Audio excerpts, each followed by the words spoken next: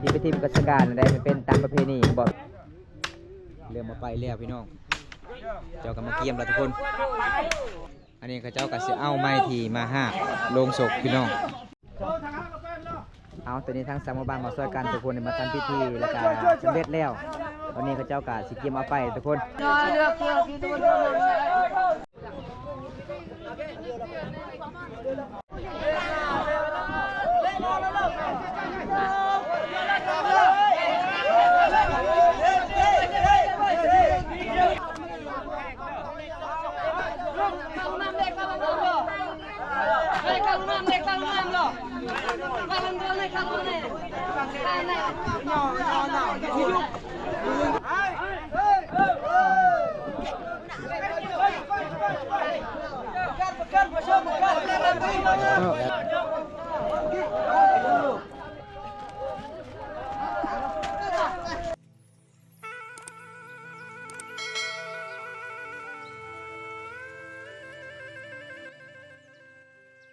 นี่บัมตากะมาต่อ EP 2ทุกคนเพราะว่าทั้ง3หมู่บ้านก็คือเขาเจ้ากะสีมาสงสการในทุกคนเลยหลังจากเมื่อวานนี้บัมตากะสีเขาเจ้ากะสิเกียมเหตุงานละปืนมันเป็นตามประเพณีที่12ของ14ชุมพามังกรทุกคนตอนนี้ก็คือทั้ง3หมู่บ้านเขาเจ้ากะสิคุดคุมเลยมันเป็นตามประเพณีบ้านเฮาแบบบางบ้านเฮากะเขาเจ้าก็บ่ได้เข้าเลยทุกคนไม่ได้พักอย่างเดียว เอาตอนนี้3หมู่บ้านกะมาละลายคนเลยทุกคนน้องตอนนี้บอมตากับสิไปนำข้าเจ้าก่อนเลยไปตามติดประเพณีที่12ของ14หมู่บ้านคนซี่สงกรานต์มันเป็นงานระเบิดในหมู่บ้านทุกคนทั้ง3หมู่บ้านก็คือข้าเจ้าก็ต้องไปสงกรานต์อยู่ป่าซาได้มันเป็นตามประเพณีบ้านเฮาที่12ของ14สมภารมังกรบ้านเฮาทุกคนต้องเป็นนี้ตลอดเลยทุกคนเลยวันนี้บอมตากับสิอัปเดตให้ FC ที่ครับชมประเพณีบ้านเฮามันคือแบบใดพี่น้องสงกรานต์พี่น้องตอนนี้เวลา6 โมงเช้าทุกคน6 โมง 30 นาทีทุกคนเพราะว่าเมื่อคืนนี้บอมตากับบริษัทให้ FC ได้รับชมก็คือเขาเจ้ากับมาตีกองตีของชุดชดแจงกันทุกคนตอนนี้เขาก็สิเข้าป่าซา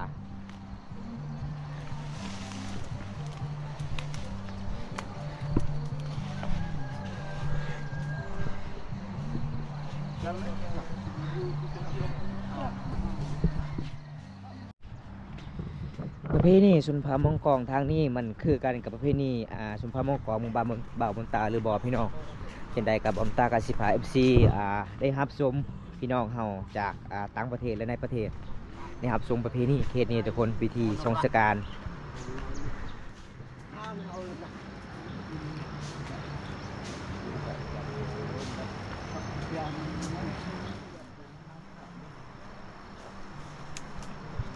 เอาทุกคนตอนนี้กะหอดปลาสาเลยทุกคนเห็นบ่เขตนี้ก็คือทั้ง3หมู่บ้านหลังจากมีคนเสียชีวิตก็ต้องส่งปลาสาเลยทุกคนปลาสาทั้ง3หมู่บ้านจุดนี้ก็คือเฮาทางไล่บ่ได้ทุกคนเลยมีแต่เฮาไปส่งสการหรือว่าไปทิมคนที่เสียชีวิตมีแต่จุดนี้ได้มีแต่ฟังอย่างเดียวทุกคนหมู่บ้านเฮาก็คือเฝ้าบ่ได้ทุกคนมันเป็นตามประเพณีเห็นบ่มาเขตนี้ก็จะเป็นกกไม้ก็คือใหญ่ๆเลยทุกคนเห็นบ่เขตนี้ก็คือเขาเจ้าการเอารักเลยพี่น้องโดนปุญญาตายายตะกี้ก็คือเขาเจ้าต้องไปส่งสการจุดนี้ตลอดเลยทุกคน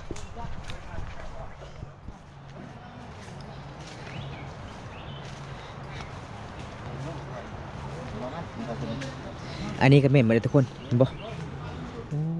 นี่เมนมาเลยทุกคนเลยนี่เห็นบ่ประเพณีบ้านเฮาอันนี้ก็เมนจุดหนึ่งเลยทุกคนเห็นบ่จุดหนึ่งแล้วอันนี้ก็เมนเลยทุกคน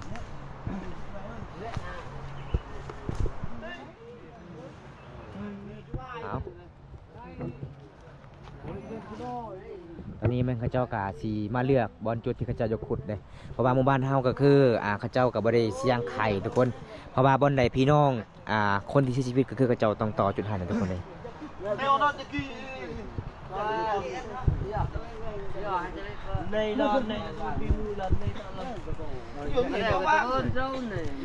นี่แม่นมาทุกคนเห็นบ่แม่นมาเลยพี่น้องทางนี้นี่ชุดนี้ก็แม่นเลยทุกคนนี่ชุดนี้พี่น้องนี่อันนี้ก็คือไม้ใหม่เลยทุกคนใหม่เลยทุกคนจุดนี้เห็นบ่ตอนไม้ใหม่เลยนี่กระจอกหักกับไปส่งสการทุกคนโอ้ประเพณีมีหลายบอลเลยนี่ก็แม่นเลยทุกคนอันนี้ก็คือประมาณ3 ปีที่แล้วทุกคนนี่ ตอนนี้ชาวหมู่บ้านก็กสิเลือกบอลจุดที่กระเจ้ากสิพังแล้วก็สิขุดคุมทุกคนแต่นี่ฮอดพูนแม่นเมดพี่น้องทั้ง3หมู่บ้านเด้เวลาเขาเจ้าทรงสการหรือว่าทีมซกก็คืออยู่ปราสาทในจุดเดียวในหมู่บ้านทุกคนมันเป็นตามประเพณีที่2ของ14ชุมพรมังกรบ้านเฮาต้องแบบนี้ทุกคนเฮาก็คือเขาเจ้าก็มาเลือกจุดนั้นอีกทุกคนเพราะว่าหมู่บ้านเฮาก็เวลาจะขุดคุมก็บ่ต้องเสี่ยงไข่ก็คือขุดไปเลยอ๋ออันนี้ก็แม่เนี่ยทุกคนได้เห็นบ่อันนี้ก็ประมาณน่าจะฮอด2 ปีกว่าพี่น้องหลังจากเขาเจ้ากะสีมาทมดินแล้วเขาเจ้ากะสีมุ่งใส่มุ่งเลยพี่น้องบางคนก็เห็ดหลังคา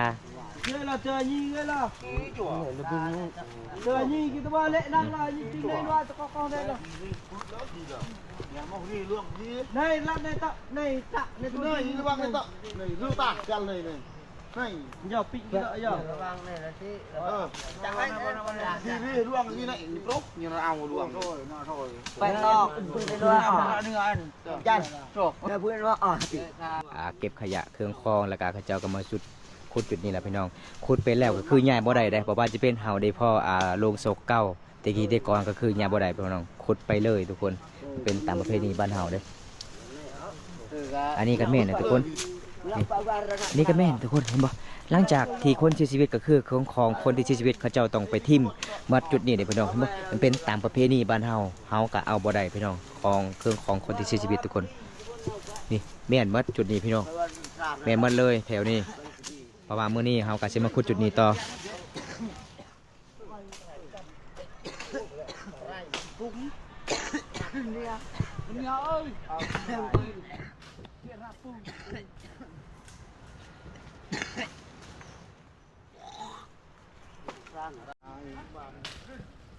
đó yên lại du học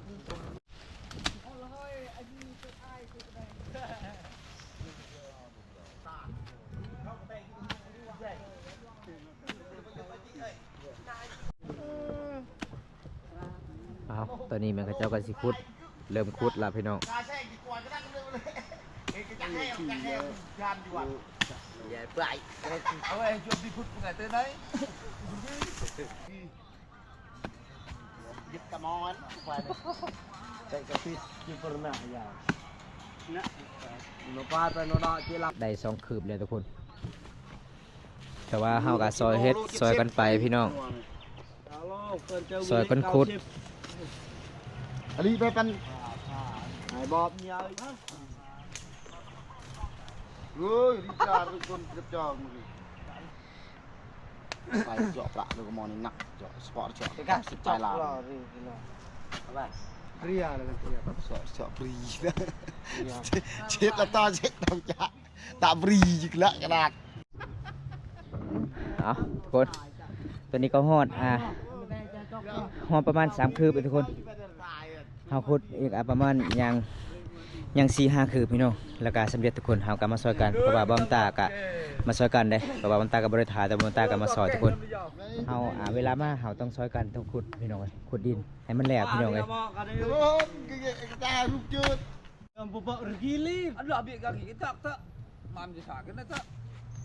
ชวนตัวตกมาเยาวกลัวเหรอเก้ชวนว่าประเพณีบ้านเฮาต้องเป็นนี้ทุกคนต้องขุดคุมพี่น้องแต่เฮาก็บ่ได้พังทุกคนมีแต่ปอกเผ็ดแล้วในหมู่บ้านเฮาคือพังอย่างเดียวทุกคนไม่ได้เผาเลยมันเป็นตามประเพณีที่12ของ14ชุมพรมังกรรู้บ้านเฮาเวลาคนเสียชีวิตก็คือแบบนี้ตลอดเลยทุกคนในปราสาททั้ง3หมู่บ้านบ่พี่น้องเขตนี้ก็คือเฮากะทางบ่ได้เอาไม้บ่ได้พี่น้องมันเป็นปราสาททั้ง3หมู่บ้านทุกคนเลยเวลาคนเสียชีวิตก็ต้องเฮาก็ไปส่งสการอยู่จุดนี้พี่น้องมาซอยกันพี่น้อง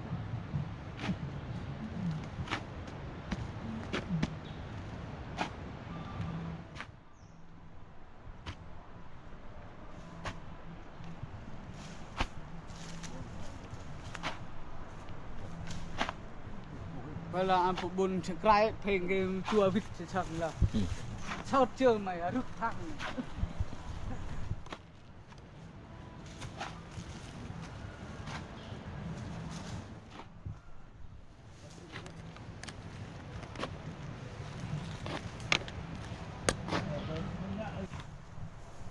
Chùa đâu. Cảm ơn. Giờ chú tê nhà chú.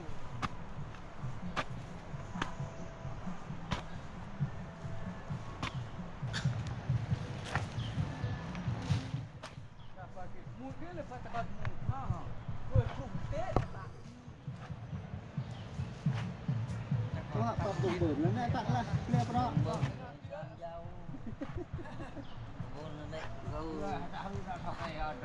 Chú đâu. Công nhau còn một con đông to của thể phấn ạ. Lẹp đó. Đấy. Còn bút tê. Từ luôn trước. Ta đang đọc nghệ.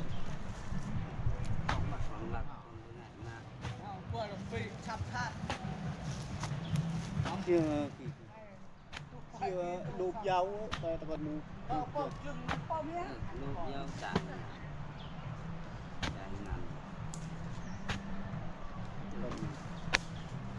chả bù chết Ta tôi chọn.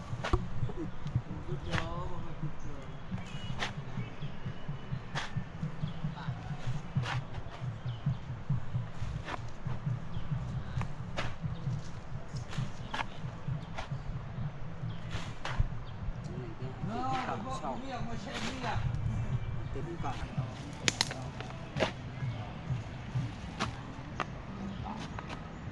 vui hai thằng một kia đặt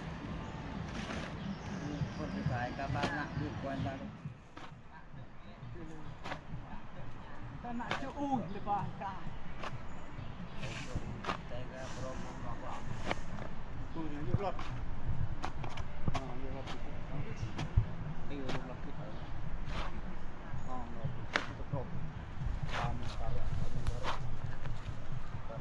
Ruột.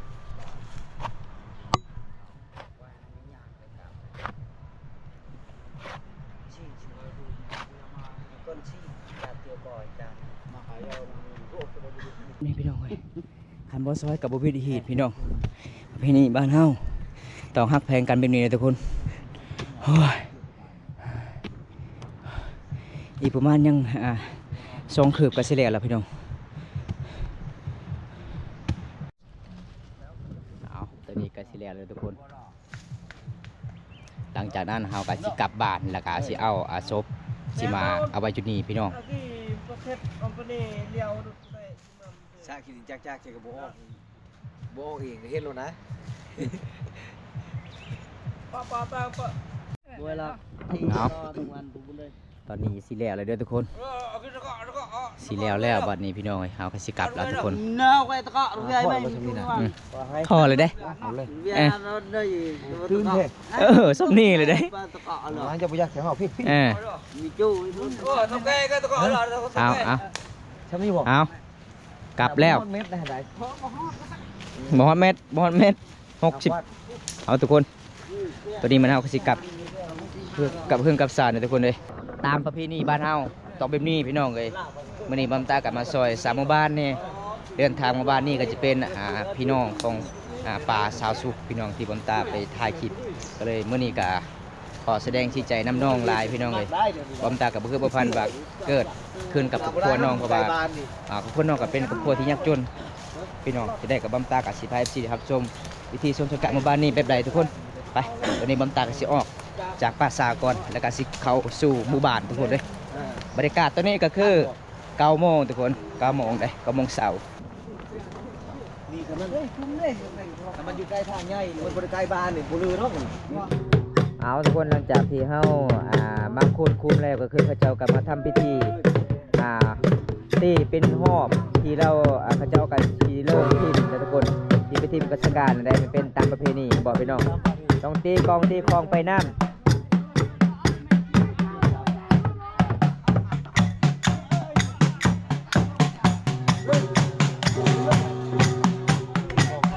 3 หมู่บ้านบ่ทิ้งบ่ปากันเด้มาตีกองตีคลองงานรับปื้มมีคนเสียชีวิตพี่น้องในหมู่บ้านนี้สุดเขามงคองบางคนสีเมืองนองเขตโซนอาชีพเด้อทุกคนประมาณ11 โมงก็เจ้ากันสิเริ่มแล้วพี่น้อง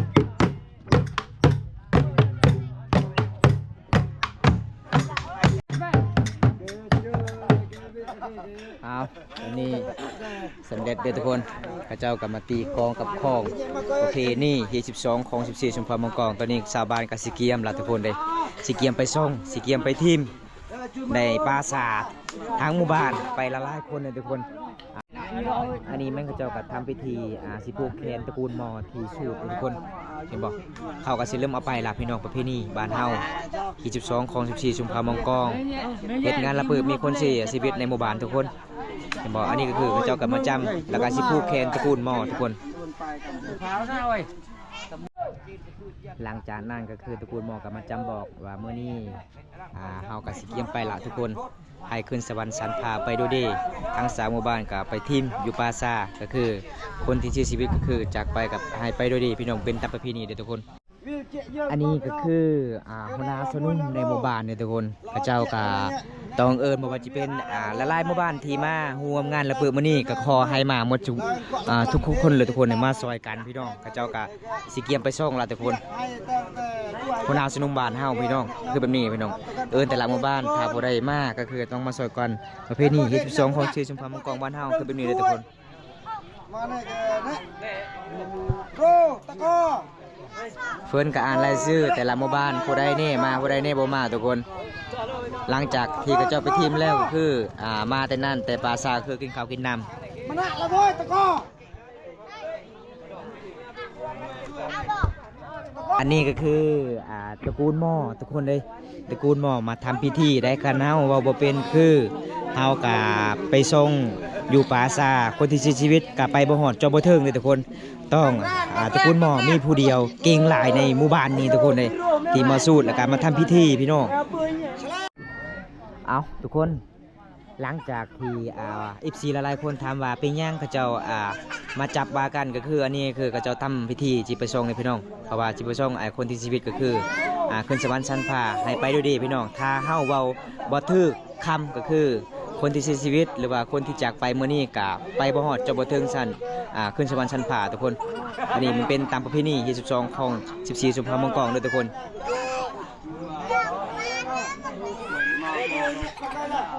หลังจากนั้นก็คือกระเจ้าก็มาตัดไม้แล้วกระเจ้าก็สิเกี่ยมไปล่ะพี่น้องพิธีบ้านเฮาต้องแบบนี้เลยทุกคน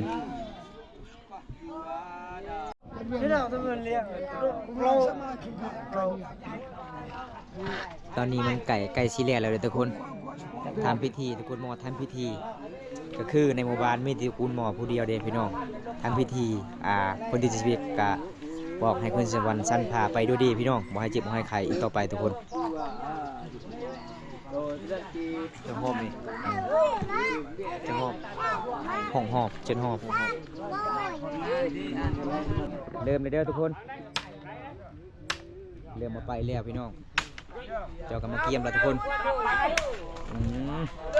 ตัดให้มันปัดเดียวเลยทุกคนเลยมันเป็นตามประเพณีเลยทุกคนเอาสำเร็จแล้วพี่น้องอันนี้ทาง3หมู่บ้านกับสิเกียมมาไปแล้วเด้อทุกคนอันนี้เขาเจ้าก็สิเอาไม้ที่มาห้าลงศพพี่น้อง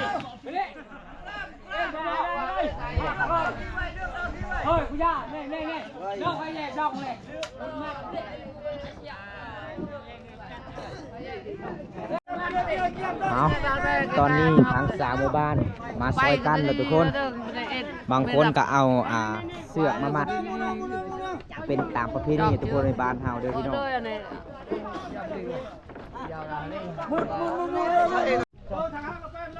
เอาตอนนี้ทั้ง3หมู่บ้านมาช่วยกันทุกคนมาทำพิธีแล้วก็สำเร็จแล้ว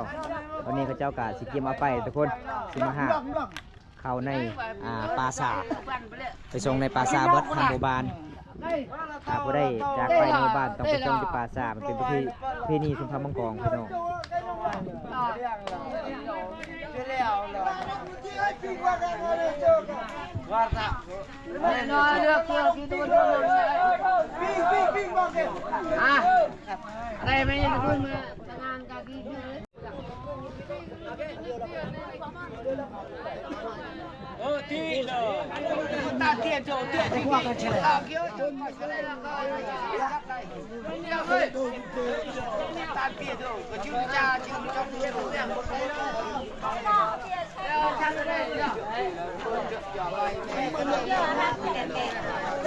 ต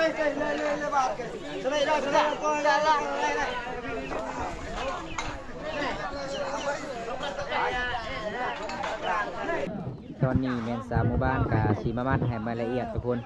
บ่ให้ตกบ่ให้ล่นอยู่ตามทางทุกคนทาตกทาล่นอยู่ตามทางก็คือบ่ได้พี่น้องประเพณีในหมู่บ้านเฮา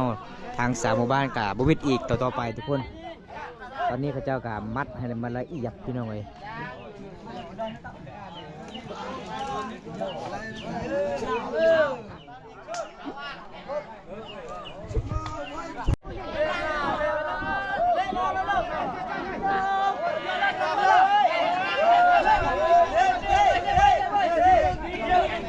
โอ้บ่ได้ทุกคนเลยเขาเจ้ามัดก็คือครั้งนี้คือมีเส้นเดียวพี่น้องมันหยานก็เลยเขาเจ้าก็สิเอาไปบ่ได้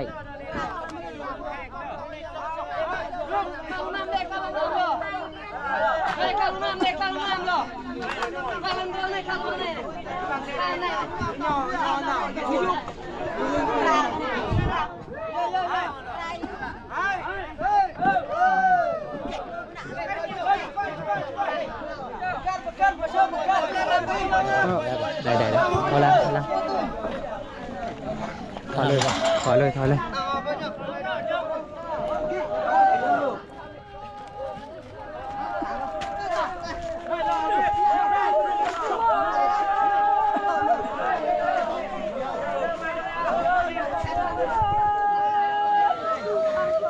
เอาทุกคน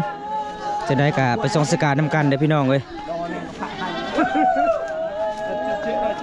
ก็คือกับเจ้าก็ต้องมาหาแบบนี้เลยพี่น้องมันเป็นประเพณีที่12ของที่ชุมพรมังกรทุกคนเลย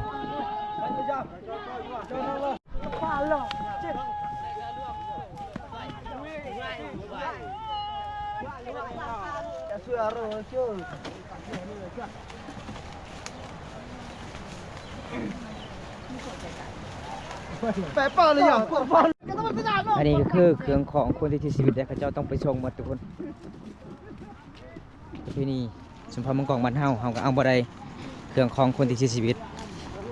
ไปชงหมดอยู่ป่าซาพี่น้องเลยจูดก็บ่ได้ไม่เตะไปชงแบบนี้เลยพี่น้อง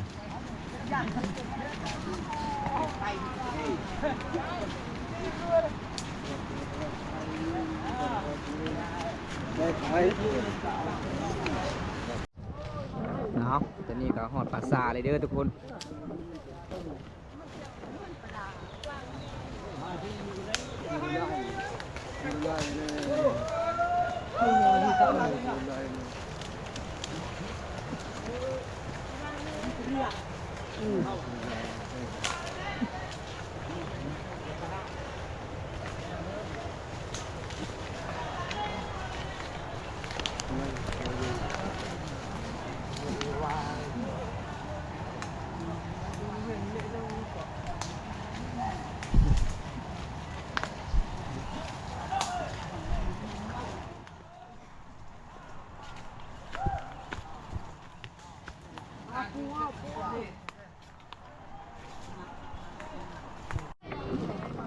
ตอนนี้ก็มาหอดจุดหมายปลายทาง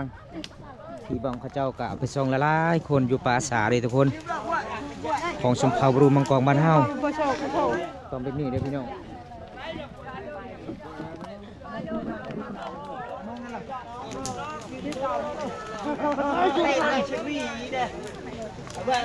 ตอนนี้ก็คือเขาเจ้าก็เอาลงคุมเลยเด้อทุกคน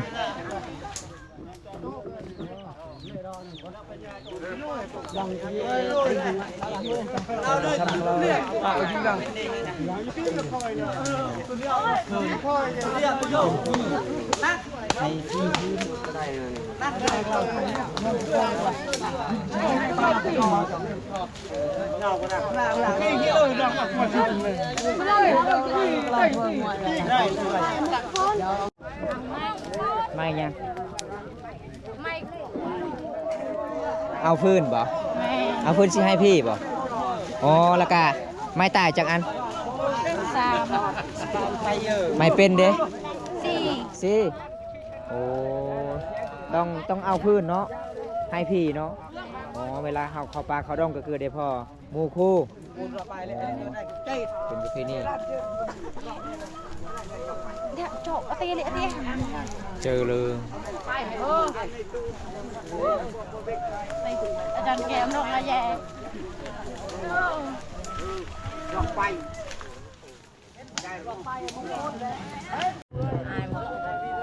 นี่ทุกคน อันนี้ก็แม่นมาเลยทุกคนเห็นปะก็คือเขาเจ้าต้องไปชมแบบนี้เลยทุกคนโอ้พี่น้องทางสามหมู่บ้านเห็นบ่แม่นหมัดเท่านั้นพี่น้องเอ้ยเห็นบ่เขาเจ้ามากลางมุ้งแม่นหมดเลยพี่น้อง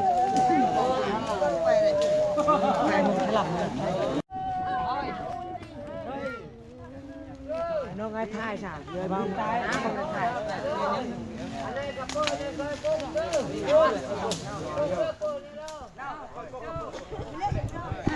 นี่ทุกคนตัวมันเป็นโน่นเมนหมดเลยทุกคนละลายคนเลยเขาเจ้ามาส่งที่นี่พี่น้องอันนี้ก็เมนหมดพี่น้อง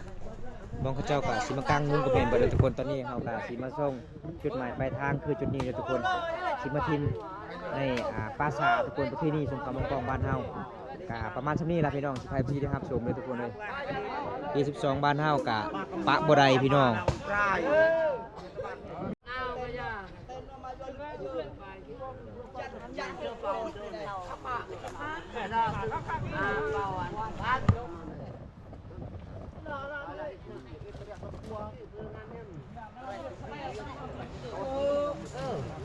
เอาทุกคนคลิปนี้ผมมีอย่างหลายเด้อทุกคนในบอมตากาสิพา14ที่รับชม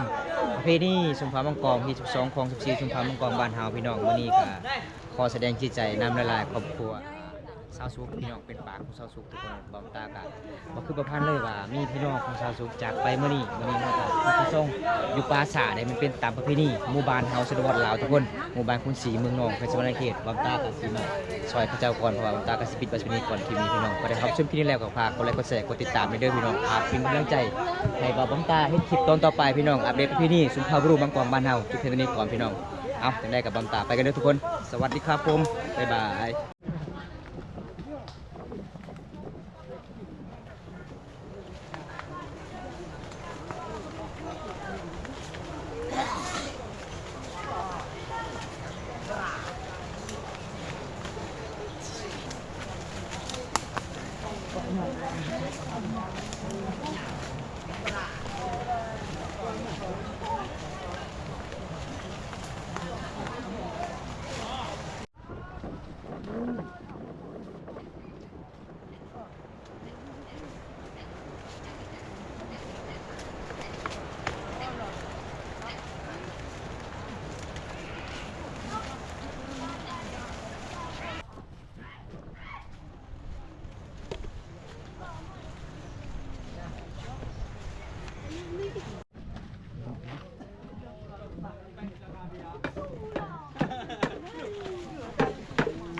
หลังจากเขาเจ้ามาแล้วคือเขาเจ้ากับมาล้างน้ำทุกคนน้ำมาแก้